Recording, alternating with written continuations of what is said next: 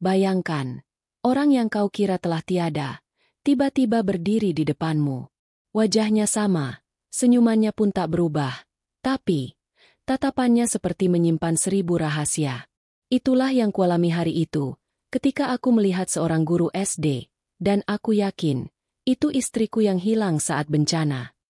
Sebelum cerita dimulai, yuk tekan tombol like. Semoga kisah ini menjadi pengingat bagi kita bahwa tak ada yang mustahil jika Allah berkehendak. Hujan deras mengguyur kota malam itu, tapi aku tetap duduk sendirian di teras rumah kontrakan kecilku. Di pangkuanku ada album foto usang yang sudah mulai menguning di tepinya. Aku membolak-balik setiap halamannya perlahan, seolah ingin memastikan bahwa kenangan yang tersimpan di sana benar-benar nyata, bukan mimpi yang sengaja kuciptakan untuk menipu diri sendiri. Di salah satu halaman, ada foto kami berdua saat pesta pernikahan. Nisa tersenyum begitu cerah. Matanya berbinar penuh harapan.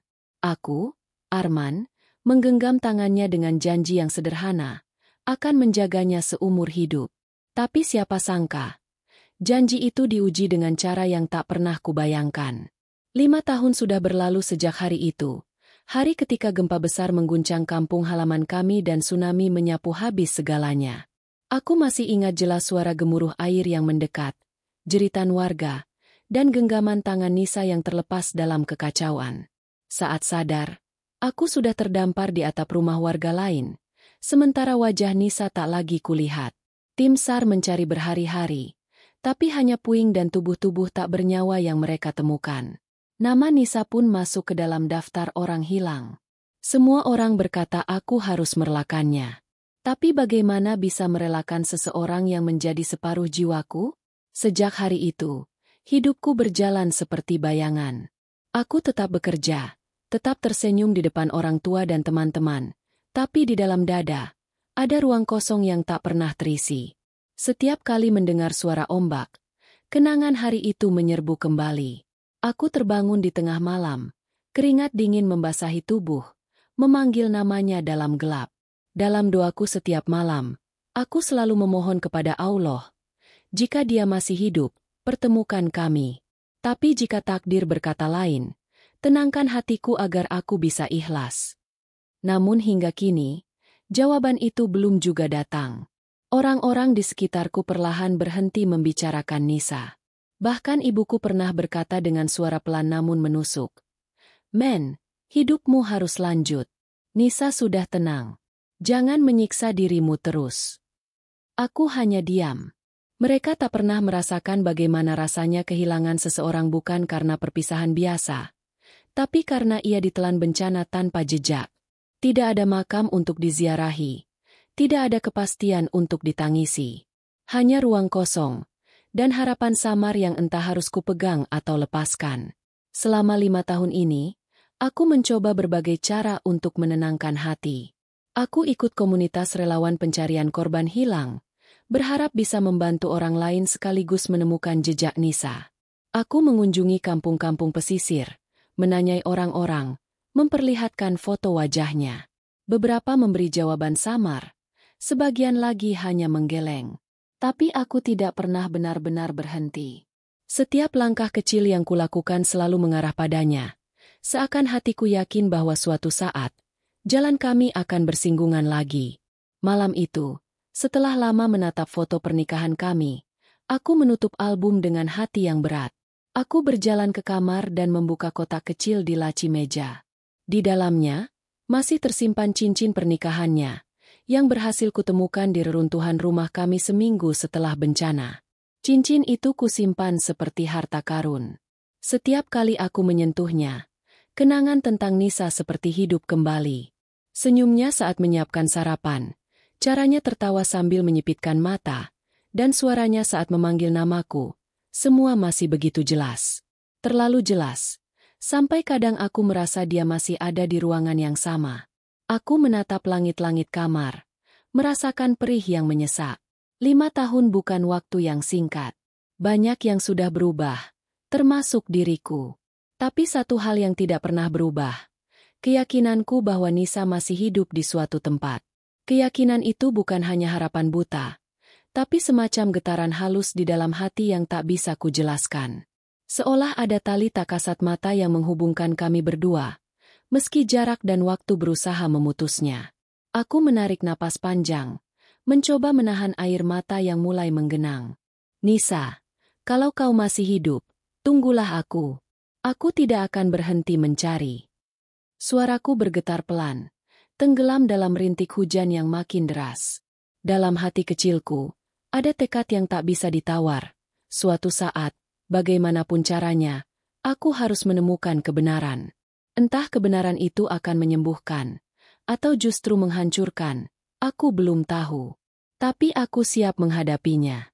Malam itu, aku memejamkan mata dengan perasaan yang aneh, antara sedih, rindu, dan sebuah firasat kuat bahwa sesuatu akan berubah. Seperti tenang sebelum badai, udara terasa berbeda. Aku tidak tahu bahwa sebuah kabar akan datang tak lama lagi, kabar yang akan mengguncang semua keyakinanku selama ini. Keesokan paginya, sinar matahari menembus celah jendela kamarku, menyinari album foto yang masih tergeletak di meja. Aku bangun dengan kepala berat, masih terbawa oleh gelombang perasaan semalam. Entah kenapa, pagi itu rasanya berbeda. Ada sesuatu di udara yang sulit dijelaskan, seperti pertanda bahwa hidupku yang datar selama 5 tahun ini akan mulai bergeser. Sambil menyeruput kopi hitam yang mulai dingin, aku membuka ponselku. Puluhan pesan pekerjaan menumpuk, tapi mataku tertuju pada satu pesan tak terduga dari seseorang bernama Rudy, teman lama. Aku mengernyit. Rudy adalah sahabatku semasa kuliah, dan setelah wisuda kami jarang sekali berhubungan. Ia memilih menjadi guru di kota pesisir, sementara aku merantau ke kota untuk bekerja. Pesan itu hanya terdiri dari satu kalimat pendek. Men, aku lihat seseorang di sekolah sini. Wajahnya mirip banget sama Nisa. Kau harus ke sini. Tanganku refleks berhenti di udara. Dadaku berdegup kencang, seperti ada sesuatu yang baru saja meninju jantungku. Aku membaca ulang pesan itu beberapa kali, memastikan aku tidak salah lihat. Kata-katanya sederhana, tapi setiap hurufnya menusuk tepat ke ruang yang paling sensitif di dalam diriku. 5 tahun aku menunggu. 5 tahun aku berdoa agar ada kabar. Dan kini, satu pesan singkat seolah membuka kembali pintu yang lama terkunci. Aku terdiam lama di kursi ruang tamu. Bagian diriku yang realistis berkata, mungkin cuma mirip, jangan terlalu berharap. Tapi bagian hatiku yang lain berbisik pelan. Bagaimana kalau benar? Bagaimana kalau ini jawaban dari doamu selama ini? Perdebatan batin itu berlangsung begitu sengit. Aku tahu, jika aku percaya dan ternyata salah, luka lama itu akan terkuak lagi dan mungkin lebih dalam dari sebelumnya. Tapi jika aku diam saja dan membiarkan kesempatan ini lewat, aku mungkin akan menyesal seumur hidup. Kupandangi foto Nisa yang tergantung di dinding. Matanya seolah menatap balik, menantangku untuk tidak pengecut. Aku mengetik balasan dengan tangan gemetar. Ruth, kau yakin? Jangan bercanda. Balasan darinya datang cepat. Men, aku serius. Aku hampir nggak bisa ngomong waktu lihat dia. Dia guru baru di sekolah tempatku mengajar. Namanya sekarang Aisyah. Tapi wajahnya, tatapan matanya, itu Nisa. Jantungku berdetak makin cepat. Nama itu, Aisyah, asing di telingaku, tapi gambaran tentang tatapan mata yang sama membuat bulu kuduku meremang. Rudy bukan tipe orang yang mudah terpengaruh. Kalau dia bilang mirip banget, berarti ada sesuatu. Aku berdiri, berjalan mondar-mandir di ruang tamu. Hujan semalam telah berhenti, meninggalkan udara segar yang menusuk hidung. Di luar sana, hidup berjalan seperti biasa. Tapi di dalam rumah ini, segala sesuatu terasa mendidih. Aku menutup mata, mencoba menenangkan diri. 5 tahun, bukan waktu singkat. Banyak hal bisa terjadi. Mungkin dia benar-benar selamat. Mungkin dia membangun kehidupan baru. Mungkin. Atau mungkin aku hanya sedang berpegang pada bayangan yang sudah lama mati. Tapi bagaimana mungkin aku mengabaikan kabar seperti ini? Tidak. Aku tidak bisa hanya duduk diam. Aku mengambil jaket dan bergegas keluar rumah, menuju bengkel langganan untuk memeriksa mobil. Perjalanan ke kota tempat Rudy tinggal membutuhkan waktu beberapa jam melewati jalur pesisir. Saat menyalakan mesin, aku masih ragu, tapi suara hatiku terus mendorong. Seperti ada kekuatan tak terlihat yang menarikku keluar dari zona nyaman, mendorongku menghadapi masa lalu yang selama ini kubiarkan membeku. Di jalan, kenangan tentang Nisa kembali membanjiri kepalaku. Ingatanku melayang pada hari-hari sebelum bencana, saat ia dengan sabar menyiapkan bekal sarapan untukku setiap pagi, saat tawanya memenuhi rumah kecil kami. Kenangan itu seperti film lama yang diputar ulang tanpa suara, tapi emosinya tetap sama kuatnya. Aku mengeratkan genggaman pada setir mobil. Jika benar itu kau, Nisa, aku akan menemukannya. Gumamku pelan, nyaris seperti janji pada diriku sendiri. Sesampainya di kantor, aku mencoba fokus bekerja seperti biasa, tapi pikiranku tak pernah lepas dari pesan itu. Setiap kali layar komputer menyala, bayangan wajahnya muncul. Aku bahkan sempat beberapa kali salah mengetik data penting, membuat rekan kerja menatap heran. "Kau baik-baik saja, men?" tanya mereka. Aku hanya mengangguk pendek. Tidak ada yang akan mengerti gejolak dalam diriku saat ini. Bagaimana menjelaskan kepada orang-orang bahwa mungkin, hanya mungkin, istri yang selama ini mereka anggap telah tiada, sebenarnya hidup sebagai orang lain? Menjelang sore, aku duduk di balkon kantor, menatap langit yang mulai berubah jingga. Aku menggenggam ponsel, membaca ulang percakapan dengan Rudy. Tidak ada kata lain yang bisa menggambarkan perasaanku selain campuran antara rindu, takut, dan sebuah harapan yang sudah lama kupendam. Aku tahu, satu keputusan akan mengubah segalanya. Jika aku memilih untuk tidak pergi, mungkin aku bisa tetap hidup dengan damai dalam ketidakpastian. Tapi jika aku memilih untuk mengejar kebenaran, aku harus siap menerima apapun, bahkan kemungkinan paling menyakitkan. Dalam hening sore itu, aku menarik napas panjang dan menatap langit. Ya Allah, jika ini memang jalan yang kau tunjukkan, beri aku kekuatan untuk melangkah. Air mata menggenang tanpa kusadari. Aku sadar, perjalanan ini bukan sekadar mencari seseorang. Ini adalah perjalanan mengobati luka yang belum sembuh. Dan saat matahari perlahan tenggelam di ufuk barat, keputusan itu pun menguat dalam hatiku. Aku tidak akan lari lagi. Kabar dari Rudy bukan kebetulan. Ada alasan mengapa pesan itu datang setelah 5 tahun. Aku tahu, hidupku tidak akan sama lagi setelah ini. Tapi untuk pertama kalinya setelah sekian lama, ada nyala kecil di dalam dada. Nyala harapan yang selama ini hampir padam. Malam itu aku mulai menyiapkan rencana perjalanan.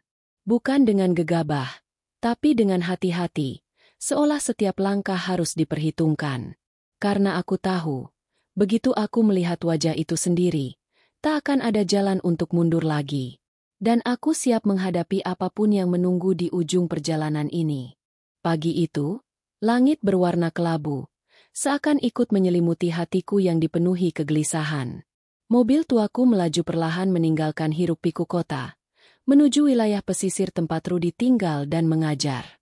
Jalanan yang berliku, diselimuti kabut tipis dan suara ombak yang samar terdengar dari kejauhan, membuat perjalananku terasa seperti kembali ke masa lalu. Setiap kilometer yang kutempuh seolah membawa ingatan itu semakin dekat. Ingatan tentang Nisa, tentang bencana, dan tentang semua hal yang belum selesai. Tanganku menggenggam setir dengan erat. Sesekali, aku melirik foto kecil Nisa yang kuselipkan di dashboard. Foto itu menjadi temanku selama perjalanan. Matanya yang teduh seperti menuntunku untuk tidak mundur. Meski hati dipenuhi ketidakpastian, ada satu suara lembut di dalam diri yang terus mendorong. Lanjutkan, Arman. Kau harus lihat dengan mata kepala sendiri. Perjalanan memakan waktu hampir 5 jam. Aku tiba di kota kecil itu menjelang siang. Udara laut menyambutku dengan aroma asin yang familiar. Aroma yang dulu juga tercium di kampung halamanku sebelum semua berubah menjadi puing-puing. Kota ini tenang, jauh dari hiruk-pikuk kota besar. Jalanan dipenuhi anak-anak sekolah dengan seragam rapi, para pedagang keliling yang ramah, dan langit yang terbuka lebar tanpa gedung tinggi. Semuanya terasa sederhana, Tapi justru kesederhanaan itulah yang membuat hatiku bergetar. Aku memarkirkan mobil di sebuah warung kecil yang terletak di seberang SD tempat Rudi mengajar. Dari kejauhan, aku bisa melihat gerbang sekolah berwarna biru muda dan papan nama sederhana bertuliskan, SD Negeri Pesisir Indah. Beberapa anak sedang bermain bola di halaman, sementara guru-guru tampak sibuk mengarahkan barisan murid yang baru datang. Dan di tengah semua itu, mataku tertumbuk pada sosok wanita berjilbab sederhana, berseragam guru, sedang menuntun anak-anak masuk kelas dengan senyum hangat. Dunia seakan berhenti berputar. Nafasku tertahan. Aku tidak percaya dengan apa yang kulihat. Wajah itu, gerakan tangannya, cara ia membungkuk pelan saat berbicara dengan murid, semuanya begitu familiar. "Nisa," bisikku pelan, hampir tanpa suara. Lututku tiba-tiba lemas. Aku harus berpegangan pada tiang warung agar tidak jatuh. 5 tahun aku membayangkan pertemuan ini, kadang dalam mimpi, kadang dalam doa yang panjang. Tapi melihatnya langsung seperti ini, membuat seluruh tubuhku gemetar hebat. Ia tampak sedikit lebih dewasa, kulitnya lebih pucat, dan ada guratan lelah di matanya. Namun, itu tak menghapus siapa dirinya. Aku tahu. Itu dia. Aku memesan segelas teh panas di warung, hanya untuk memberi alasan agar bisa duduk lebih lama sambil memperhatikannya dari jauh.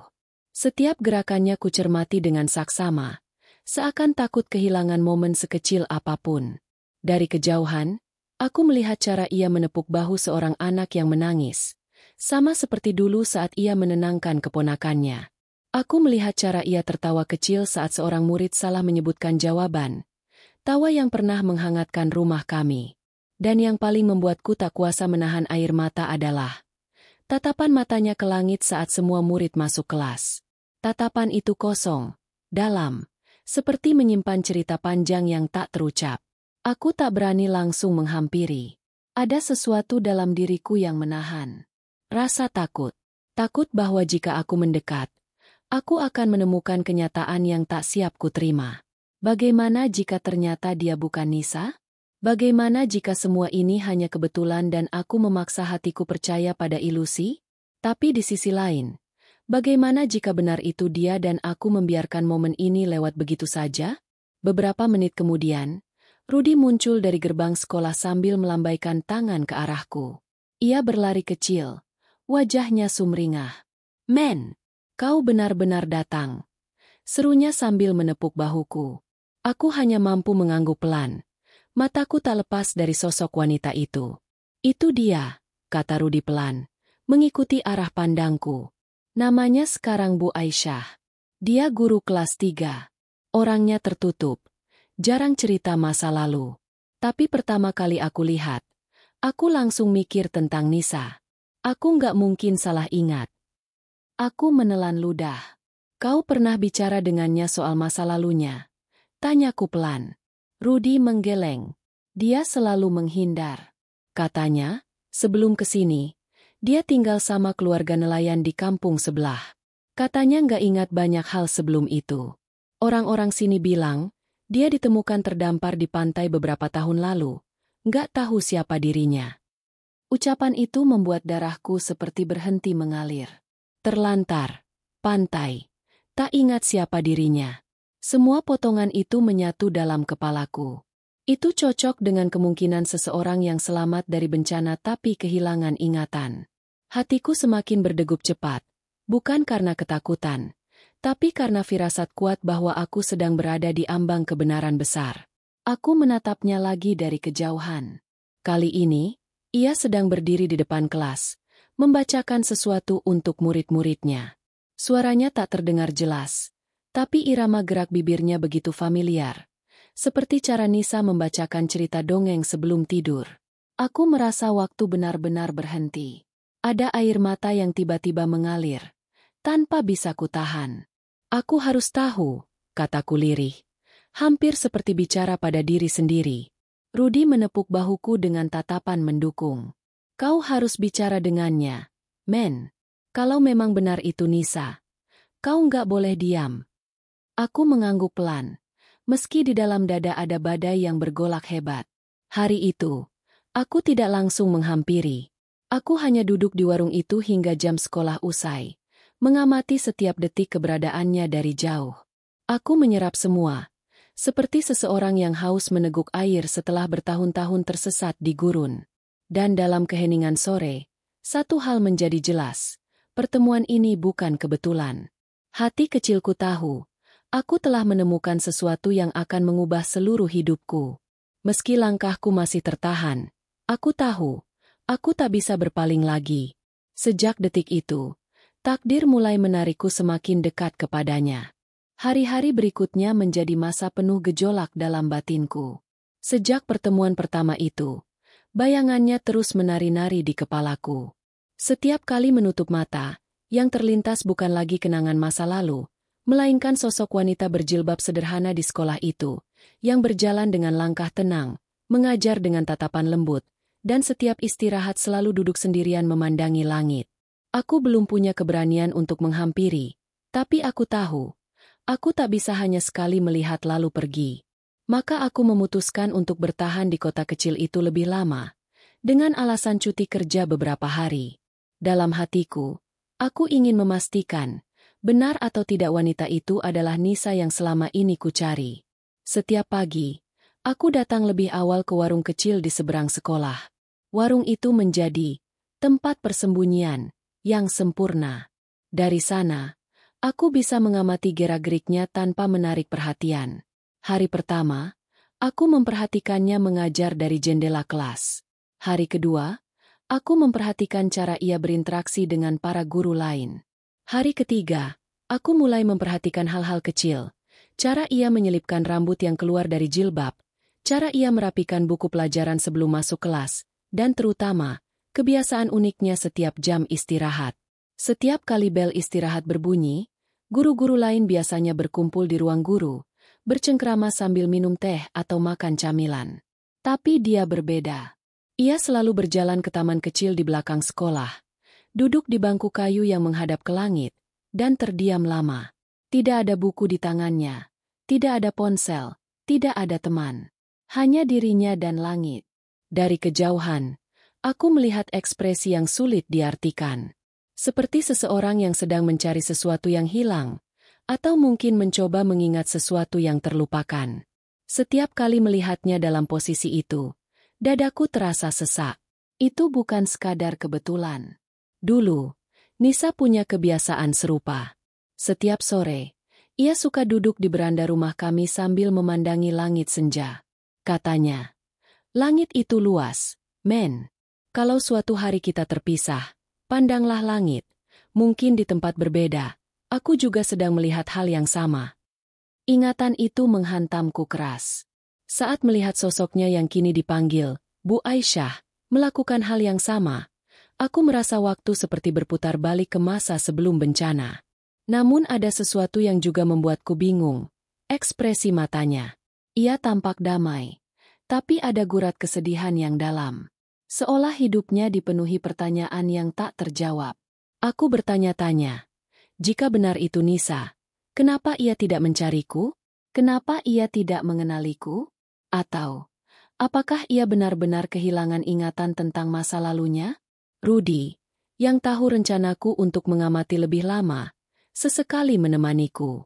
Dia memang begitu dari awal datang ke sini, kata Rudy suatu pagi sambil menyeruput kopi. Orang-orang di sini bilang, dia datang ke desa nelayan 5 tahun lalu. Ditemukan terdampar di pantai dalam keadaan luka parah. Keluarga nelayan itu merawatnya. Katanya, waktu sadar, dia nggak ingat apa-apa. Nama, alamat, semuanya hilang. Keluarga itu menamainya Aisyah. Setelah pulih, dia bantu mengajar anak-anak desa, lalu akhirnya diterima jadi guru di sini. Aku terdiam. Penjelasan itu seperti potongan puzzle yang perlahan mulai cocok. 5 tahun lalu, pantai, luka parah, hilang ingatan, semua sejalan dengan waktu bencana itu terjadi. Tubuhku merinding. Suara hatiku berbisik. Itu dia, Arman. Itu benar-benar dia. Tapi sekaligus muncul ketakutan besar. Jika benar ia kehilangan ingatan, Bagaimana caranya aku membangkitkan kembali kenangan itu tanpa membuatnya ketakutan? Bagaimana jika aku salah langkah dan malah membuatnya menjauh? Suatu siang, aku melihat sesuatu yang membuatku semakin yakin. Saat ia berjalan ke taman belakang, angin bertiup cukup kencang hingga jilbabnya tersibak sedikit. Di lehernya, aku melihat kalung kecil dengan liontin berbentuk bulan sabit. Itu bukan kalung biasa.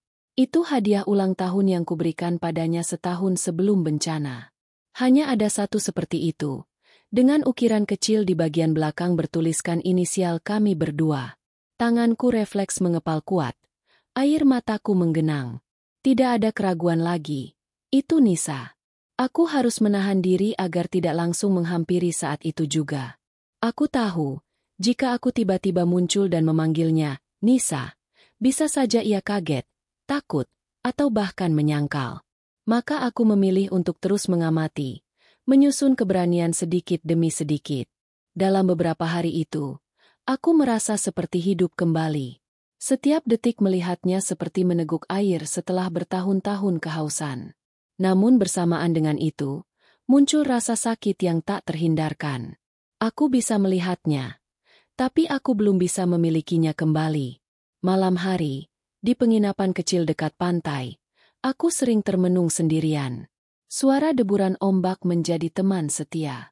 Aku memandangi cincin pernikahannya yang selalu kubawa. Kau di sini, tapi seolah jauh sekali, gumamku pelan. Dalam sujud panjangku, aku memohon kepada Allah agar diberi petunjuk. Jika benar dia Nisa, beri aku jalan untuk mengembalikannya. Jika bukan, kuatkan hatiku untuk menerima. Air mata mengalir deras di sajadah. Aku tahu, langkah selanjutnya akan menentukan segalanya. Pagi-pagi berikutnya, aku kembali ke warung, menyiapkan hati untuk satu hal, mendekat secara perlahan. Tidak dengan gegabah, tapi dengan ketulusan. Karena di balik tatapan kosongnya ke langit itu, aku yakin, ada jiwa yang pernah mengenalku, hanya saja tertutup kabut masa lalu. Dan aku bertekad untuk menyingkap kabut itu, setahap demi setahap, meski harus menanggung semua risiko yang mungkin datang. Hari-hari pengamatan itu bukan sekadar waktu menunggu, tapi waktu menyusun keberanian. Setiap momen melihatnya menyendiri di taman menjadi cambuk batin. Aku tak bisa terus bersembunyi di balik meja warung. Tapi untuk saat itu, aku masih menahan langkah. Karena aku tahu, ketika aku benar-benar mendekat, hidup kami berdua tak akan pernah sama lagi. Dan aku ingin memastikan, saat itu tiba, aku siap sepenuhnya, lahir dan batin. Pagi itu, udara pesisir terasa lebih sejuk dari biasanya. Embun masih menempel di dedaunan ketika aku tiba di warung kecil seberang sekolah, tempat aku selama beberapa hari terakhir mengamati sosok yang kini kupanggil dalam hati sebagai Nisa. Namun hari ini, ada sesuatu yang berbeda di dalam diriku. Kalau sebelumnya aku hanya duduk diam, menahan rindu dan ketakutan, maka kali ini ada dorongan kuat dari dalam dada untuk tidak lagi bersembunyi di balik jarak. Aku tahu, cepat atau lambat aku harus berhadapan dengannya. Dan pagi itu, aku merasa waktunya sudah semakin dekat.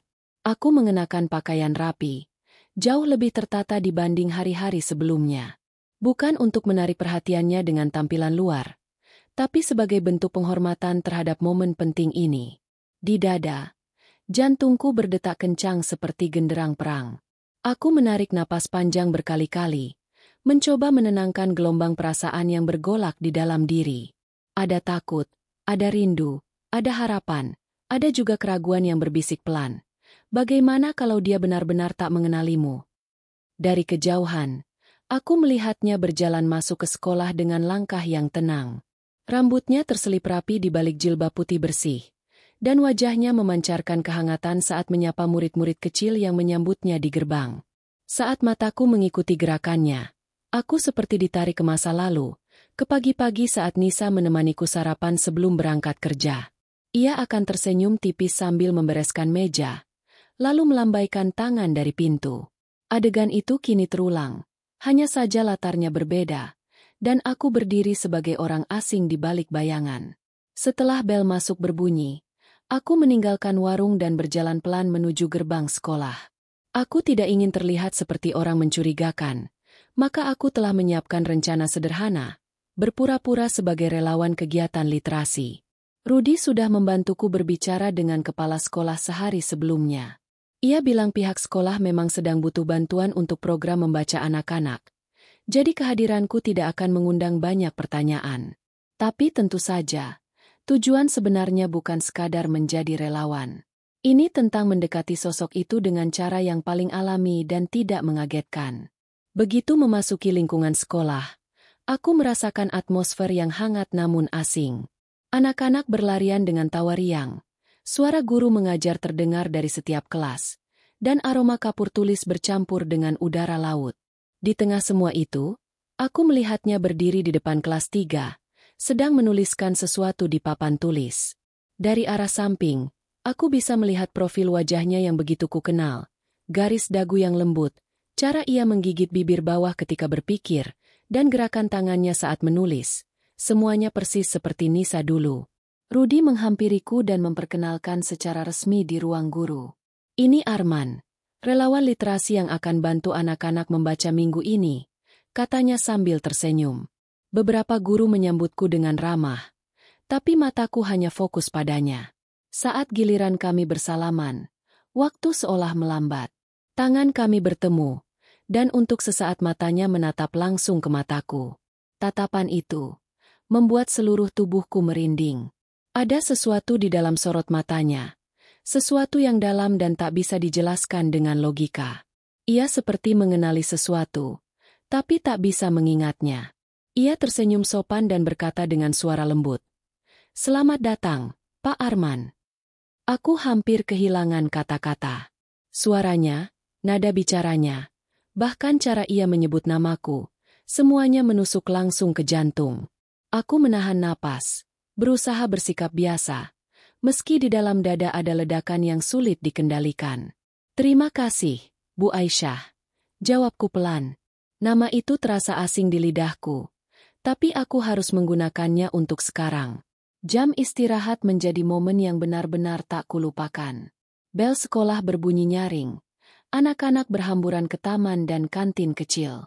Seperti kebiasaan yang kulihat sebelumnya, ia berjalan pelan ke taman belakang, duduk di bangku kayu, dan menatap langit biru dengan mata kosong. Ada kesunyian yang indah namun menyayat hati di sekitarnya. Inilah saat yang kutunggu. Jantungku berdegup kencang. Telapak tanganku berkeringat. Aku tahu, jika aku tidak melangkah sekarang, mungkin kesempatan ini akan hilang. Aku mendekatinya perlahan, berusaha tidak mengejutkannya. Ketika jarakku tinggal beberapa langkah, ia menoleh. Tatapan kami bertemu lagi. Kali ini lebih lama. Ada kilatan samar di matanya, seolah ada memori yang hampir muncul ke permukaan tapi tertahan oleh kabut tebal. Ia tersenyum tipis. "Pak Arman ya? Silakan duduk kalau mau," katanya ramah. Aku duduk di bangku yang sama, dengan jarak sopan di antara kami. Hening sejenak, angin laut berhembus pelan, membawa aroma garam dan suara burung camar. Aku mencari kata-kata yang tepat, tapi suaraku terasa tercekat. "Tempat ini tenang ya?" ujarku akhirnya, mencoba membuka percakapan dengan ringan. Ia mengangguk pelan. "Iya. Saya suka duduk di sini saat istirahat. Entah kenapa, rasanya seperti dekat dengan sesuatu yang pernah saya kenal, tapi saya nggak tahu apa," ucapnya lirih. Kalimat itu menghantamku seperti ombak besar. Ia sendiri mengaku merasakan kedekatan dengan sesuatu yang tak bisa ia jelaskan. Aku menatap wajahnya, memperhatikan detail yang selama ini kurindukan. Ada gurat kesedihan di sudut matanya yang dulu tidak pernah ada. Tapi juga ada ketenangan yang membuatku ingin memeluknya erat dan berkata, "Aku di sini." Namun aku menahan diri. Aku tahu ini bukan waktunya untuk mengungkap semuanya. Aku hanya ingin memastikan bahwa kehadiranku mulai menjadi bagian kecil dalam kesehariannya. Maka aku berbicara ringan tentang anak-anak, tentang program membaca, tentang bagaimana aku dulu juga sering datang ke sekolah saat kecil. Ia mendengarkan dengan perhatian, sesekali tersenyum. Suasana itu terasa hangat, tapi juga getir. Ketika bel masuk berbunyi lagi, Ia berdiri perlahan dan menatapku sekali lagi sebelum kembali ke kelas. Tatapan itu bukan tatapan seorang guru kepada relawan biasa. Ada sesuatu yang mengalir di sana, tak bisa dinamai, tapi sangat terasa. Aku duduk sendirian di bangku itu setelah ia pergi, menatap langit yang sama dengannya. Dalam hati, aku berbisik, "Nisa, aku akan membuatmu mengingatku, bukan dengan paksaan, tapi dengan cara yang lembut." Hari itu menjadi titik pertama kami benar-benar berbicara. Tidak ada pengungkapan besar, tidak ada tangisan, tapi ada sesuatu yang berubah. Jarak di antara kami mulai mencair. Untuk pertama kalinya sejak bencana itu, aku merasakan harapan yang bukan hanya berasal dari ingatan, tapi dari kenyataan yang sedang terbentuk perlahan di depan mata. Dan meski aku tahu jalan ke depan masih panjang, aku siap menapakinya, selangkah demi selangkah. Sore itu, langit mulai berubah warna menjadi jingga keemasan, menandakan hari mulai beranjak senja. Setelah beberapa hari mendekatinya lewat kegiatan relawan di sekolah, aku merasa hubungan kami mulai terjalin pelan, meski masih sebatas interaksi ringan. Tapi ada satu hal yang terus mengusik hatiku. Setiap kali aku berbicara dengannya, ada tatapan dalam matanya yang seolah menahan sesuatu. Seperti seseorang yang berada di ambang mengingat sesuatu, namun tersangkut di pintu kenangan yang belum terbuka. Tatapan itu membuatku ingin melangkah lebih jauh, menembus kabut masa lalu yang menyelimutinya. Hari itu, setelah kegiatan literasi berakhir dan para guru mulai berkemas pulang, aku memberanikan diri mendekatinya. Ia sedang merapikan tumpukan buku di mejanya, sendirian di ruang kelas yang mulai sepi. Cahaya sore menembus jendela, jatuh ke wajahnya, membuat bayangannya memanjang di lantai. Pemandangan itu menimbulkan rasa nyeri yang sulit dijelaskan. 5 tahun aku kehilangan momen seperti ini, dan kini aku berdiri di ambang pintu kelas, menyaksikannya dalam diam. "Bu Aisyah." Suaraku terdengar pelan, hampir seperti bisikan. Ia menoleh dengan tatapan tenang, lalu tersenyum kecil. "Oh, Pak Arman, masih di sini?" tanyanya. Aku melangkah masuk, mencoba menyembunyikan kegugupan. "Iya, saya tadi bantu bersin di perpustakaan. Lihat ibu masih di sini sendirian. Saya pikir, siapa tahu butuh bantuan." Ia menggeleng pelan. "Tidak, terima kasih. Saya memang suka membereskan kelas sebelum pulang." Rasanya menenangkan. Nada suaranya lembut, tapi ada getaran samar di sana. Seperti seseorang yang berbicara tentang sesuatu yang sangat personal. Aku memutuskan duduk di salah satu bangku murid, menjaga jarak aman. Hening sejenak. Hanya suara burung dari luar dan angin sore yang menyelinap lewat celah jendela. "Saya perhatikan," ujarku akhirnya.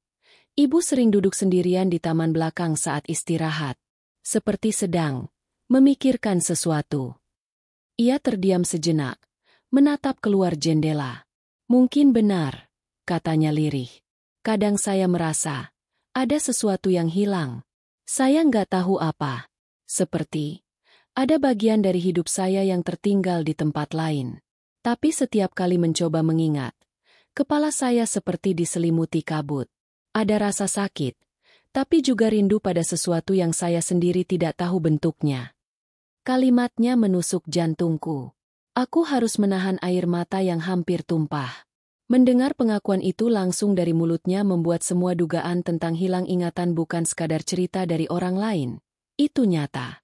Ia benar-benar kehilangan potongan hidupnya. Dan aku, potongan itu. Aku menatapnya dalam-dalam. "Mungkin, kadang sesuatu yang kita lupakan bukan hilang," ujarku hati-hati. "Hanya tersimpan terlalu dalam, menunggu saat yang tepat untuk muncul kembali." Ia menoleh perlahan ke arahku. Tatapannya penuh tanda tanya. "Maksudnya?" Aku tersenyum samar, menahan dorongan untuk mengatakan kebenaran saat itu juga. "Saya percaya, setiap kenangan punya caranya sendiri untuk kembali. Entah lewat tempat, suara, atau orang-orang tertentu." Ia terdiam lama. Tatapannya ke arahku berubah sedikit. Ada kilatan aneh di sana, seperti sesuatu di dalam dirinya bereaksi. Ia mengusap pergelangan tangannya, lalu tanpa sadar memegang kalung kecil berbentuk bulan sabit di lehernya. Aku memperhatikan gerakan itu dengan napas tertahan. Itu kalung yang kuberikan padanya dulu. Tangannya menyentuhnya seperti kebiasaan lama yang muncul tanpa sadar.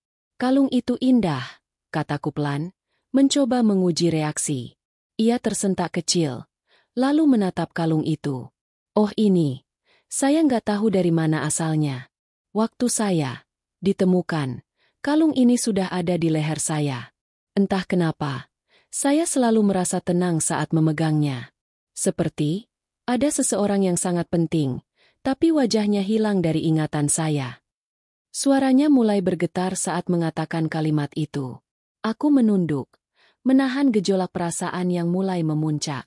Ingin rasanya aku langsung berkata, "Itu dari aku," lalu memeluknya. Tapi aku tahu, jika aku terburu-buru, bisa saja semua ini membuatnya bingung atau bahkan menjauh. Jadi aku memilih untuk tetap menjadi orang asing yang perlahan menghangatkan ingatan yang hilang itu. Sore itu, percakapan kami mengalir panjang. Ia bercerita tentang masa-masa awal ketika ditemukan di pantai oleh keluarga nelayan. Ia terbangun dalam keadaan bingung, hanya tahu bahwa namanya bukan Aisyah tapi juga tidak tahu siapa dirinya sebenarnya. Keluarga itu memberi nama Aisyah karena saat ditemukan ia menggenggam kalung bertuliskan ayat pendek yang terukir samar. Mereka menganggapnya sebagai pertanda bahwa ia harus diberi nama baik. Ia juga bercerita bagaimana keluarga nelayan itu merawatnya dengan tulus, mengajarinya membaca ulang, dan perlahan ia mulai membantu mengajar anak-anak kampung.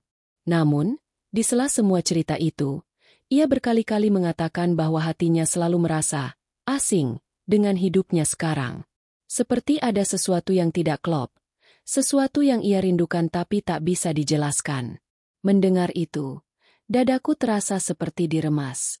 Aku menyadari, aku bukan hanya melihat sosok istri yang hilang, tapi juga seorang wanita yang berjuang menemukan dirinya sendiri. Rasa hormat dan sayangku padanya semakin dalam. Ketika matahari mulai tenggelam sepenuhnya dan langit berubah temaram, ia menatapku dan berkata, "Aneh ya, saya bisa cerita banyak ke Bapak, padahal kita baru kenal." Rasanya seperti ada sesuatu yang bikin saya nyaman. Aku hampir tak sanggup menjawab. Kata-katanya seperti kilatan kecil yang menyentuh memori yang terkunci. "Mungkin kita memang ditakdirkan untuk bertemu," jawabku pelan. Ia tersenyum, senyum lembut yang begitu kurindukan bertahun-tahun. "Mungkin," ucapnya lirih. Momen itu mengikat kami dalam keheningan yang hangat. Tidak ada pernyataan besar, tidak ada pelukan. Tapi di dalam dada, aku merasakan sesuatu berubah. Ia mulai membuka sedikit pintu yang selama ini tertutup rapat. Dan aku tahu, ini baru permulaan. Aku tak lagi berdiri di pinggir kehidupannya. Aku mulai masuk perlahan, menjadi bagian dari cerita yang mungkin akan membawanya kembali pada siapa dirinya sebenarnya. Sore itu menjadi penanda. Dinding tipis antara masa lalu dan masa kini mulai retak. Dan di balik retakan itu, sinar harapan kecil mulai menyusup masuk. Malam itu, aku kembali ke penginapan kecil dekat pantai dengan perasaan campur aduk. Percakapanku dengannya tadi sore seperti membuka pintu kecil yang selama ini tertutup rapat. Setiap kata yang ia ucapkan masih terngiang jelas di kepalaku, tentang perasaannya yang kosong, tentang kalung itu, tentang kenyamanan aneh yang ia rasakan saat bersamaku. Aku duduk di balkon kamar yang menghadap ke laut, membiarkan angin malam membelai wajahku. Di kejauhan, suara debur ombak terdengar lembut, seperti suara masa lalu yang memanggil-manggil. Aku memandangi cincin pernikahannya yang masih kusimpan. Cahaya bulan membuat cincin itu berkilau redup. "Nisa, kau begitu dekat, tapi seolah berjauhan. Aku tidak tahu bagaimana caranya membuatmu mengingatku tanpa membuatmu takut." Gumamku lirih.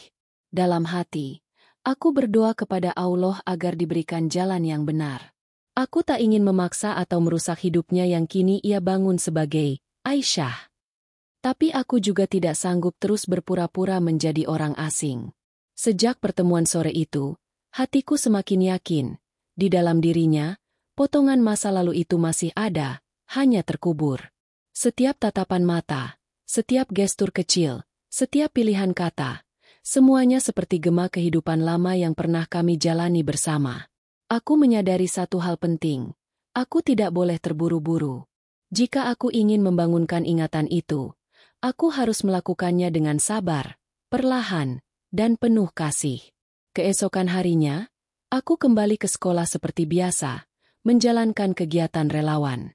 Tapi kali ini, ada sesuatu yang berbeda dalam caraku memandangnya. Aku tidak lagi sekadar mengamati dari jauh. Aku mulai membangun kedekatan kecil yang alami, membantu mengatur buku bacaan, ikut menemani anak-anak membaca cerita, dan sesekali berdiskusi dengannya tentang metode mengajar. Anehnya, ia juga mulai tampak lebih terbuka. Jika sebelumnya ia banyak diam, kini ia mulai bercerita sedikit demi sedikit. Siang itu, saat jam istirahat, kami duduk kembali di taman belakang sekolah, tempat yang kini mulai terasa seperti ruang pertemuan dua jiwa yang pernah terpisah. Ia duduk di bangku kayu, seperti biasa menatap langit, sementara aku duduk di sebelahnya, menjaga jarak secukupnya agar ia nyaman. Angin laut bertiup lembut, membawa aroma asin yang menenangkan. "Pak Arman," suaranya pelan memecah keheningan. Aku menoleh pelan, menatapnya. "Boleh saya tanya sesuatu?" "Tentu," jawabku, mencoba tenang meski jantungku berdegup kencang. Entah kenapa, setiap Bapak bicara, saya merasa seperti pernah mendengar suara itu. Bukan dalam arti mirip, tapi seperti suara seseorang yang pernah sangat dekat dengan saya. Rasanya aneh. Kadang saya merasa nyaman, tapi kadang juga dada saya terasa sesak. Pernahkah Bapak mengalami hal seperti itu? Merasa dekat dengan seseorang, tapi tidak tahu dari mana kedekatan itu berasal. Pertanyaannya membuat tenggorokanku tercekat. Aku ingin menjawab, "Ya, karena aku suamimu." Tapi aku harus menahan diri. Ini bukan waktunya untuk membongkar semua. Aku menarik napas pelan. "Pernah," jawabku akhirnya. Kadang ada orang-orang yang ditakdirkan bertemu lebih dari sekali dalam hidup. Ada hubungan yang tidak bisa dijelaskan dengan kata-kata.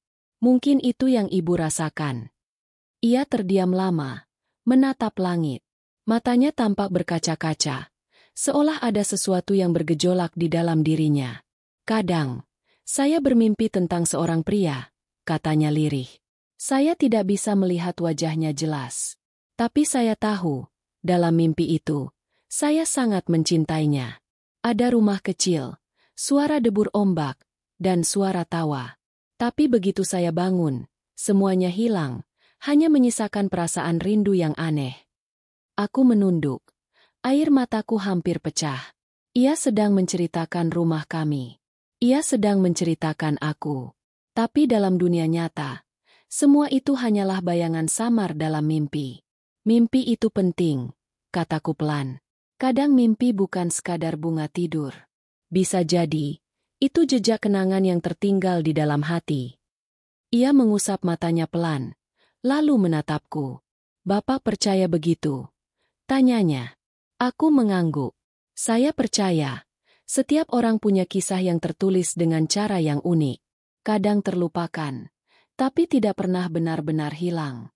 Mungkin mimpi-mimpi itu, cara masa lalu memanggil. Tatapannya menajam, seperti sedang mencoba membaca sesuatu dari wajahku. Aku menahan napas. Dalam tatapan itu, ada sesuatu yang dalam, bukan sekadar rasa ingin tahu, tapi seperti percikan ingatan yang hendak menyala. Tapi sebelum aku bisa berkata apa-apa lagi, bel masuk berbunyi. Ia berdiri perlahan, lalu menatapku sekali lagi sebelum pergi. Kali ini, ada senyum samar di wajahnya, namun matanya menyimpan kebingungan. Sepeninggalnya, aku duduk sendirian di bangku taman itu. Tanganku mengepal erat di atas lutut. Hati ini bergejolak antara harapan dan kesedihan. Harapan, karena perlahan ia mulai membuka diri, mulai mengingat potongan-potongan masa lalu dalam bentuk mimpi dan perasaan. Kesedihan, karena semua itu belum cukup untuk membuatnya benar-benar mengenali siapa aku. Malamnya, aku tak bisa tidur. Setiap kalimat yang ia ucapkan tadi siang terulang berkali-kali di kepalaku. Tentang suara yang terasa familiar, tentang mimpi rumah kecil dan tawa seorang pria. Aku berjalan mondar-mandir di kamar, merasa seperti seseorang yang berdiri di depan pintu rumahnya sendiri, tapi tidak punya kunci untuk membukanya. Aku sadar, aku harus menemukan cara yang lebih dalam untuk menyentuh memorinya. Kata-kata saja tidak cukup. Ia butuh sesuatu yang lebih kuat, sesuatu yang bisa mengguncang fondasi ingatan yang terkubur. Tapi bagaimana caranya? Pertanyaan itu menggantung di kepalaku. Tak menemukan jawaban malam itu. Namun satu hal pasti, aku tidak akan menyerah. Semua tanda yang muncul hari ini menunjukkan bahwa di balik kabut ingatan, hatinya masih terhubung denganku. Ia mungkin tidak ingat namaku, wajahku, atau kisah kami secara utuh, tapi jiwanya mengenaliku. Dan aku akan terus berjalan di jalan ini, meski harus menahan perih di setiap langkahnya. Karena bagiku, menemukan kembali Nisa bukan hanya tentang mengembalikan masa lalu. Ini tentang mengembalikan separuh jiwa yang hilang. Hari-hari berikutnya berjalan dengan ritme yang tak lagi sama. Setelah percakapan di taman itu, aku mulai menyadari bahwa kedekatan kami bukan lagi sekadar formalitas antara relawan dan guru sekolah. Ada sesuatu yang tumbuh diam-diam di antara kami.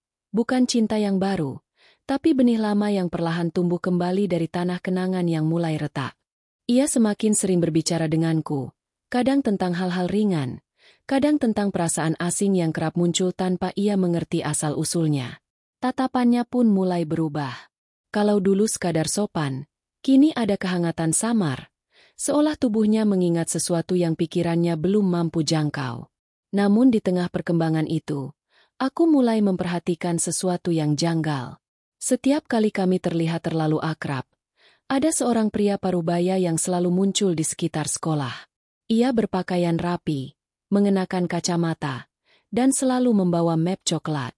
Ia bukan guru, bukan pula orang tua murid. Beberapa kali aku melihatnya berbicara dengan kepala sekolah dengan wajah serius, lalu menatap ke arahku dengan sorot tajam yang sulit diartikan. Awalnya aku mengabaikannya, menganggapnya mungkin pengawas sekolah. Tapi lama-kelamaan, firasatku berkata lain. Suatu siang, saat aku keluar dari ruang perpustakaan, aku tak sengaja mendengar percakapan lirih di dekat ruang kepala sekolah. Suara kepala sekolah terdengar gugup, sementara suara pria itu tegas dan terkontrol. "Jangan biarkan orang luar terlalu dekat dengannya," ujar si pria. "Kalau masa lalunya terbongkar, semua yang kita bangun selama ini bisa hancur. Kau mengerti?" Aku tertegun di balik tembok. Jantungku berdegup cepat. Masa lalu terbongkar. Kalimat itu seperti petir yang menyambar. Siapa pria itu? Apa maksudnya? Semua yang kita bangun akan hancur? Apa hubungannya dengan Nisa? Atau Aisyah? Setelah percakapan itu, aku semakin waspada. Aku mulai memperhatikan gerak-gerik pria tersebut. Setiap sore, ia selalu muncul ketika sekolah hampir bubar, berdiri di dekat pagar seperti sedang memastikan sesuatu. Dan setiap kali ia berbicara dengan Aisyah, ekspresi wajahnya berubah serius, seolah ingin mengingatkan atau menekan. Dari kejauhan aku melihat Aisyah selalu menunduk setiap kali diajak bicara oleh pria itu. Ada semacam ketakutan halus dalam sikap tubuhnya. Kecurigaan itu semakin menguat ketika suatu sore, aku melihat pria itu menghampirinya di taman belakang. Aku berdiri di balik pepohonan, memperhatikan dengan napas tertahan. "Kau ingat apa yang sudah kita sepakati, Aisyah?" Suara pria itu terdengar cukup jelas. "Kau tidak boleh terlalu dekat dengan orang luar. Apalagi dengan pria itu. Aku tidak mau masa lalu yang kau sendiri tidak tahu mengacaukan semuanya." Aisyah menatapnya dengan kebingungan. "Tapi dia orang baik. Saya tidak merasa ada yang salah." "Cukup," potong pria itu cepat. "Kau hidup tenang sekarang karena aku dan yayasan ini. Jangan lupakan itu. Kalau tidak ada kami, entah jadi apa dirimu waktu itu." Aku mengepalkan tangan kuat-kuat. Melihatnya diperlakukan seperti itu membuat dadaku panas. Siapa dia sebenarnya? Kenapa ia bertindak seolah memiliki hak atas hidup Nisa? Tapi aku menahan diri. Aku tahu, muncul saat itu hanya akan membuat keadaan makin rumit. Sejak hari itu, Setiap interaksiku dengan Aisyah terasa ada bayang-bayang tekanan dari luar. Ia tetap tersenyum saat bersamaku, tapi ada kegelisahan di matanya yang semakin sering muncul. Seperti seseorang yang ingin melangkah maju, tapi ada rantai tak terlihat yang menariknya kembali. Dalam hati aku mulai sadar, bukan hanya kabut ingatan yang menahannya. Ada kekuatan lain, seseorang yang berusaha menjaganya tetap berada dalam identitas Aisyah. Malam itu, aku duduk di pinggir pantai sendirian. Ombak bergulung pelan, bulan menggantung di langit. Aku merenung panjang. Aku sadar, perjalanan ini tidak lagi sekadar tentang membangunkan ingatan Nisa. Ini juga tentang mengungkap kebenaran yang selama ini disembunyikan oleh orang-orang di sekelilingnya. Entah kenapa, firasatku berkata bahwa pria parubaya itu punya hubungan langsung dengan kenapa Nisa tidak pernah ditemukan selama 5 tahun. Keesokan harinya, aku memutuskan untuk menggali lebih dalam. Aku menemui Rudi dan menceritakan apa yang kudengar secara hati-hati. Rudi terdiam lama, lalu mengangguk pelan. Pria itu, namanya Pak Fadil. Dia kepala yayasan yang membiayai sekolah ini, katanya. Katanya, dialah yang membawa Bu Aisyah dari kampung nelayan ke sini. Dia yang membantu mengurus identitasnya, sekolahnya, dan pekerjaannya. Semua orang di sini menghormatinya. Tapi jujur, ada sesuatu yang aneh. Terlalu banyak yang ditutupi. Penjelasan Rudi membuat teka-teki ini semakin rumit. Pak Fadil bukan sekadar orang luar. Ia memiliki kendali penuh atas hidup Aisyah sejak awal ia ditemukan. Jika dia khawatir masa lalu terbongkar, maka kemungkinan besar ia tahu sesuatu. Dan jika benar begitu, artinya selama ini identitas Nisa sengaja disembunyikan. Tapi mengapa? Apa keuntungannya? Sore harinya, aku kembali bertemu Aisyah di taman belakang. Ia tampak lebih diam dari biasanya. Matanya sayu, tangannya bermain-main dengan kalung bulan sabit itu, seperti mencari ketenangan. Aku duduk di sebelahnya tanpa banyak bicara. Kadang, keheningan lebih jujur dari kata-kata. Setelah beberapa lama, ia berkata pelan, "Pak Arman, apakah Bapak percaya bahwa hidup seseorang bisa berubah total hanya karena ia kehilangan ingatan?" Aku menatapnya, menahan gejolak perasaan. "Saya percaya," jawabku perlahan. "Tapi saya juga percaya, kebenaran tidak akan selamanya bisa dikubur. Cepat atau lambat, masa lalu akan menemukan jalannya sendiri." Ia menatapku dalam-dalam. Tatapan itu bukan lagi tatapan guru kepada relawan. Itu tatapan seseorang yang sedang berjuang memahami dirinya sendiri. "Kadang saya merasa, hidup saya ini seperti cerita orang lain," katanya lirih. "Ada sesuatu yang tidak cocok. Tapi setiap kali saya mencoba menggali, saya merasa seperti ada tembok tinggi yang tak bisa saya panjat." Aku menggenggam tanganku erat di atas lutut, menahan keinginan kuat untuk mengatakan semuanya saat itu juga. Tapi aku tahu, waktunya belum tepat. Ia sedang berada di titik rapuh, antara ingin tahu dan takut akan jawaban. Angin sore berhembus pelan, membawa aroma laut dan rasa getir di dada. Dalam hati, aku berjanji, apapun yang disembunyikan oleh pria itu, apapun yang terjadi di balik 5 tahun kehilangannya, aku akan menemukannya. Karena yang duduk di sampingku ini bukan hanya Aisyah. Ia adalah Nisa, wanita yang pernah menjadi separuh hidupku. Dan aku tak akan membiarkan siapapun mengubur kebenaran itu lebih dalam lagi. Malam itu aku sadar, perjalanan ini baru memasuki babak yang lebih rumit. Bukan lagi sekadar menyentuh hati dan ingatan, tapi juga menggali rahasia gelap yang selama ini menyelimutinya. Dan aku harus melangkah hati-hati. Karena semakin dekat aku dengan kebenaran, semakin besar pula bayangan yang berusaha menutupi semuanya. Hari itu langit mendung sejak pagi, seolah ikut menyimpan sesuatu yang berat. Udara terasa lembab, dan suasana di sekolah lebih sunyi dari biasanya. Anak-anak tetap bermain di halaman, tapi entah kenapa, aku merasakan ketegangan halus yang menggantung di udara. Setelah pertemuan di taman kemarin dan percakapan yang mengguncang hatiku, aku tahu, waktunya semakin dekat. Aku tidak bisa terus diam sementara pria bernama Pak Fadil itu bergerak seolah menjadi penjaga tembok antara Nisa dan masa lalunya. Pagi itu, aku sengaja datang lebih awal ke sekolah. Dari kejauhan, aku melihat Pak Fadil sudah berada di ruang kepala sekolah, berbicara dengan nada keras. Aku berdiri di luar jendela, menajamkan pendengaran. Suaranya tegas dan penuh tekanan. Kita tidak boleh membiarkan siapapun menggali masa lalunya. Jika identitas lamanya muncul ke permukaan, kita semua akan kehilangan kendali, katanya. Kepala sekolah hanya mengangguk-angguk, jelas tertekan. Aku menarik napas panjang, menahan amarah yang membuncah. Apa yang mereka sembunyikan sampai sebegitu takutnya? Identitas siapa yang sebenarnya mereka takutkan? Atau lebih tepatnya, apa yang mereka takutkan jika Nisa mengingat kembali dirinya? Di dalam dada, ada suara kecil yang berkata, "Kau harus bertindak. Jika tidak, semua ini akan terus terkunci." Siang hari, aku melihat Pak Fadil mendekati Aisyah di taman belakang seperti biasanya. Kali ini aku tidak hanya mengintip dari jauh. Aku mendekat perlahan dari sisi taman, bersembunyi di balik pepohonan. Suaranya terdengar lebih keras dari biasanya. Mungkin karena suasana mendung membuat taman lebih sepi. Kau ingat pesan saya. Jangan terlalu dekat dengan pria itu. Orang seperti dia bisa membuat hidupmu berantakan. Semua yang sudah kita bangun selama ini akan sia-sia, katanya dengan nada tajam. Aisyah menunduk. Tapi kali ini ia tidak hanya diam. Suaranya terdengar ragu tapi lebih tegas dari sebelumnya. "Pak, kenapa saya tidak boleh bertanya tentang masa lalu saya? Kenapa semua orang selalu menyuruh saya melupakan sesuatu yang bahkan saya tidak tahu? Saya punya hak untuk tahu siapa saya sebenarnya."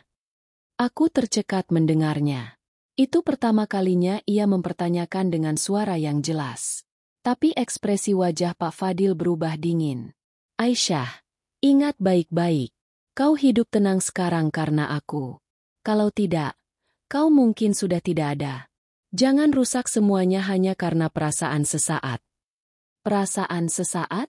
Kata-kata itu seperti duri yang menusuk hatiku. Aku tak tahan lagi bersembunyi. Aku melangkah maju, menampakkan diri. Perasaan sesaat? Suaraku menggelegar, membuat keduanya menoleh kaget. Kau bicara seolah hidupnya hanya milikmu. Padahal yang dia cari bukan perasaan sesaat, tapi kebenaran yang selama ini kau sembunyikan. Wajah Pak Fadil langsung berubah kaku. "Siapa kau? Ini urusan yayasan. Jangan ikut campur." Aku melangkah lebih dekat, menatapnya tajam. "Aku orang yang mengenalnya jauh sebelum kau muncul. Aku orang yang tahu siapa dirinya sebenarnya. Dan aku tak akan tinggal diam melihatmu mengekang hidupnya dengan kebohongan." Aisyah berdiri terpaku. Matanya membelalak. "Apa maksudnya, Pak Arman?" Suaranya bergetar. Pak Fadil cepat-cepat menyela. "Jangan dengarkan dia, Aisyah. Dia hanya orang luar yang ingin mengacaukan hidupmu." Aku menggeleng. Suara hatiku mulai tak terbendung. "Aisyah, dengarkan aku. 5 tahun lalu, ada bencana besar. Banyak yang hilang. Di antara mereka, ada seseorang yang kucintai. Aku mencarimu bertahun-tahun, mengikuti setiap jejak kecil. Dan saat aku melihatmu pertama kali di sini, aku tahu, aku menemukannya." Tubuhnya gemetar. Apa yang kau bicarakan?" Pak Fadil mencoba menarik lengannya, tapi aku menepis dengan cepat. "Cukup," seruku keras. "Kau sudah cukup lama memegang kendali atas hidupnya. Sekarang biarkan dia mendengar kebenaran." Tatapan mata Aisyah berpindah cepat antara aku dan Pak Fadil. Hujan mulai turun pelan, menambah dramatis suasana. "Kau, siapa aku sebenarnya?" Suaranya terdengar seperti jeritan kecil. Pertanyaan yang ia tahan selama bertahun-tahun. Pak Fadil menghela napas kasar. "Kau Aisyah, guru yayasan ini. Tidak ada yang perlu kau ingat. Masa lalu itu hanya akan menyakitimu." Aku melangkah mendekat ke Aisyah, perlahan, seolah takut membuatnya mundur. "Namamu bukan Aisyah," kataku lirih namun tegas. "Namamu Nisa. Kau istriku."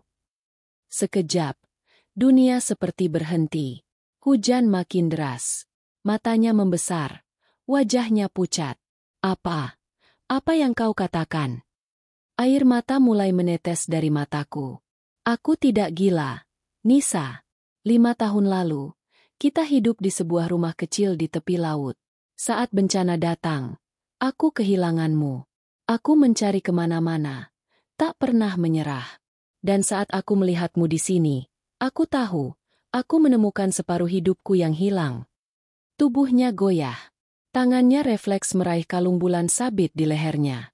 Ia menggenggamnya kuat-kuat, seperti mencari pegangan. Kalung ini, bisiknya lirih. Kalung ini, aku selalu merasa, ada sesuatu. Aku mengangguk. Air mataku mengalir tanpa bisa kutahan. Itu kalung yang kuberikan padamu di ulang tahunmu. Lihat di belakangnya. Ada inisial kita berdua. Dengan tangan gemetar, ia melepas kalung itu dan membalik liontinnya. Saat matanya membaca ukiran kecil itu, napasnya tercekat. Seketika, tubuhnya bergetar hebat. Ia mundur selangkah, memegangi pelipisnya. Aku ingat, suara ombak, rumah, seorang pria memanggilku. Ia terhuyung, dan aku segera menangkapnya. Pak Fadil panik. Jangan dengarkan itu. Itu hanya mimpi burukmu. Aku menyelamatkanmu. Kau harus percaya padaku. Aku menatapnya dengan amarah yang tak lagi bisa ditahan. Tidak, kau tidak menyelamatkannya. Kau menahannya dalam kebohongan. Kau tahu siapa dia sebenarnya. Tapi kau memilih memanfaatkannya. Untuk apa? Uang? Warisan? Wajah Pak Fadil memucat. Matanya berkedip cepat. Ia mundur setengah langkah, tapi diam. Reaksinya cukup menjadi jawaban. Sementara itu, Nisa mulai menangis keras di pelukanku. Tubuhnya gemetar seperti sedang melawan badai dalam kepalanya. Aku ingat potongannya. Tapi semuanya kabur. Siapa aku sebenarnya? Aku memeluknya erat. Tak peduli hujan yang kini mengguyur deras. Kau Nisa. Kau istriku. Dan aku akan menolongmu mengingat semuanya. Satu persatu. Aku tidak akan membiarkan siapapun menahannya lagi. Hujan deras, suara debur ombak dari kejauhan, dan gemuruh dalam dada kami bertiga berpadu dalam satu momen tegang yang tak terlupakan. Inilah saatnya semua tabir mulai tersingkap. Ia mungkin belum sepenuhnya mengingat, tapi retakan besar telah terjadi di tembok yang membatasi masa lalu dan masa kini. Dan dari tatapan matanya malam itu, aku tahu, benih ingatan yang lama terkubur akhirnya mulai hidup kembali. Hujan malam itu tidak hanya membasahi tanah, tapi juga membuka pintu masa lalu yang selama ini terkunci rapat. Setelah kejadian di taman belakang, suasana menjadi benar-benar tegang. Pak Fadil pergi tergesa-gesa, tapi sorot matanya jelas menunjukkan ketakutan. Sementara Nisa, atau Aisyah, sebagaimana orang-orang mengenalnya, masih berada dalam pelukanku, tubuhnya gemetar hebat. Tangisnya pecah tanpa bisa ditahan. Bukan tangis biasa, tapi tangis seseorang yang mulai menyadari potongan hidupnya telah lama dicuri. Aku memapahnya ke ruang guru yang sepi, menutup pintu, lalu menyalakan lampu kecil. Hujan deras terdengar jelas di luar, menciptakan dentingan ritmis di atap seng sekolah. Nisa duduk di kursi dengan tubuh masih goyah. Matanya kosong, tapi dari sorotnya terlihat jelas bahwa ingatan lama sedang berusaha menembus kabut tebal. Ia meremas kalung bulan sabit itu dengan tangan gemetar. Arman.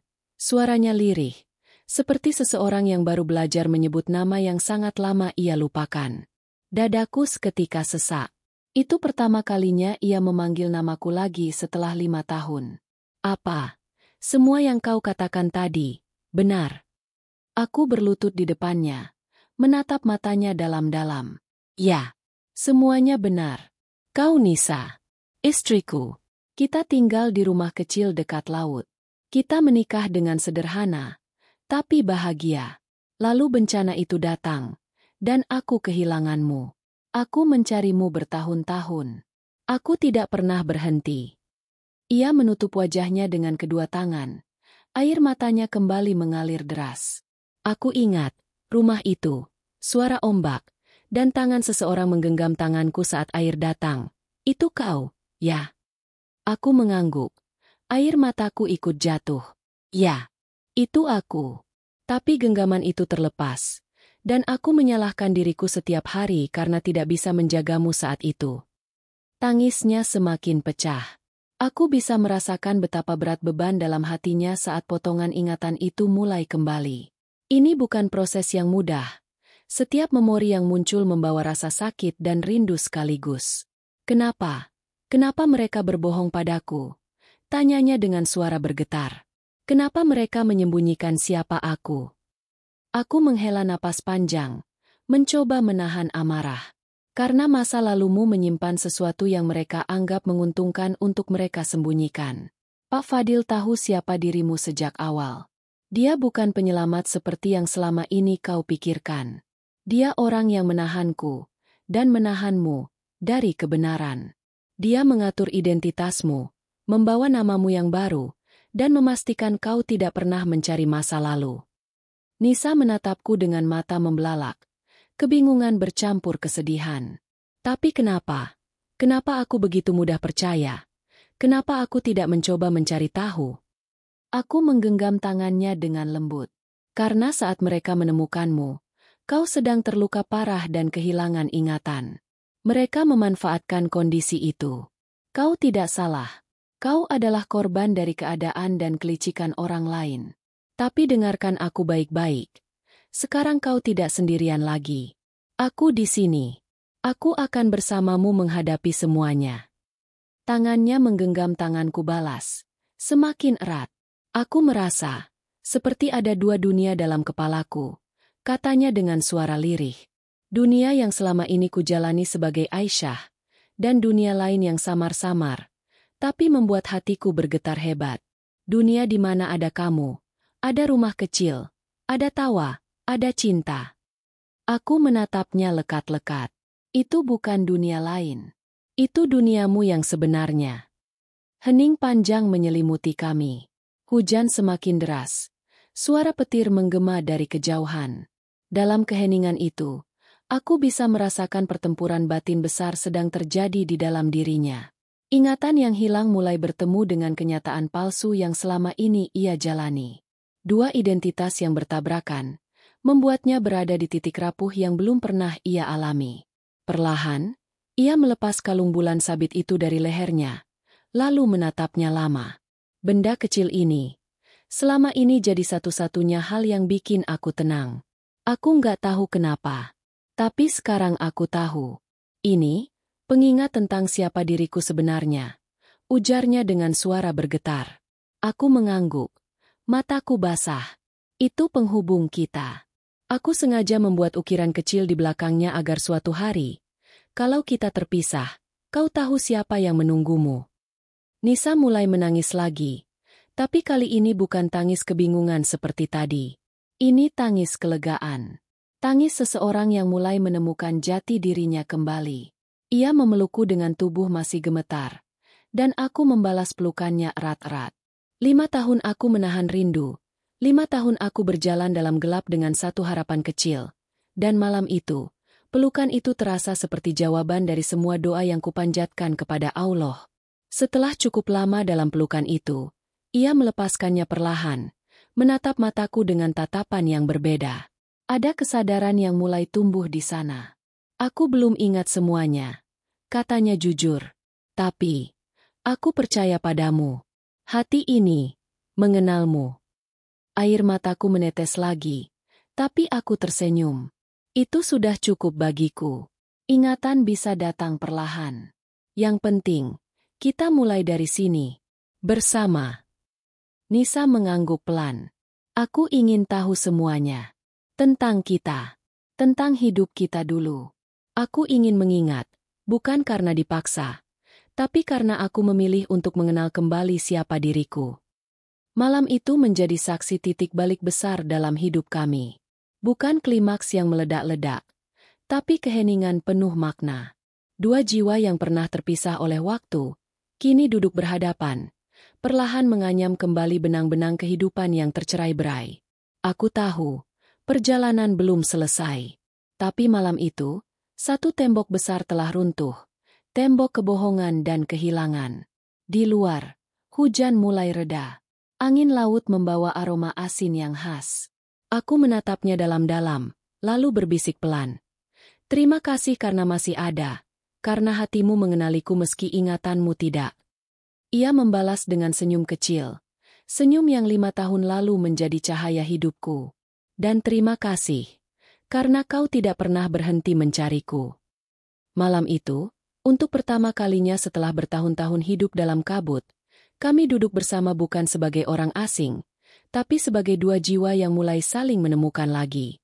Tidak ada kepastian tentang masa depan, tapi untuk saat ini, kami berdua tahu, kebenaran sudah mulai menang atas kebohongan.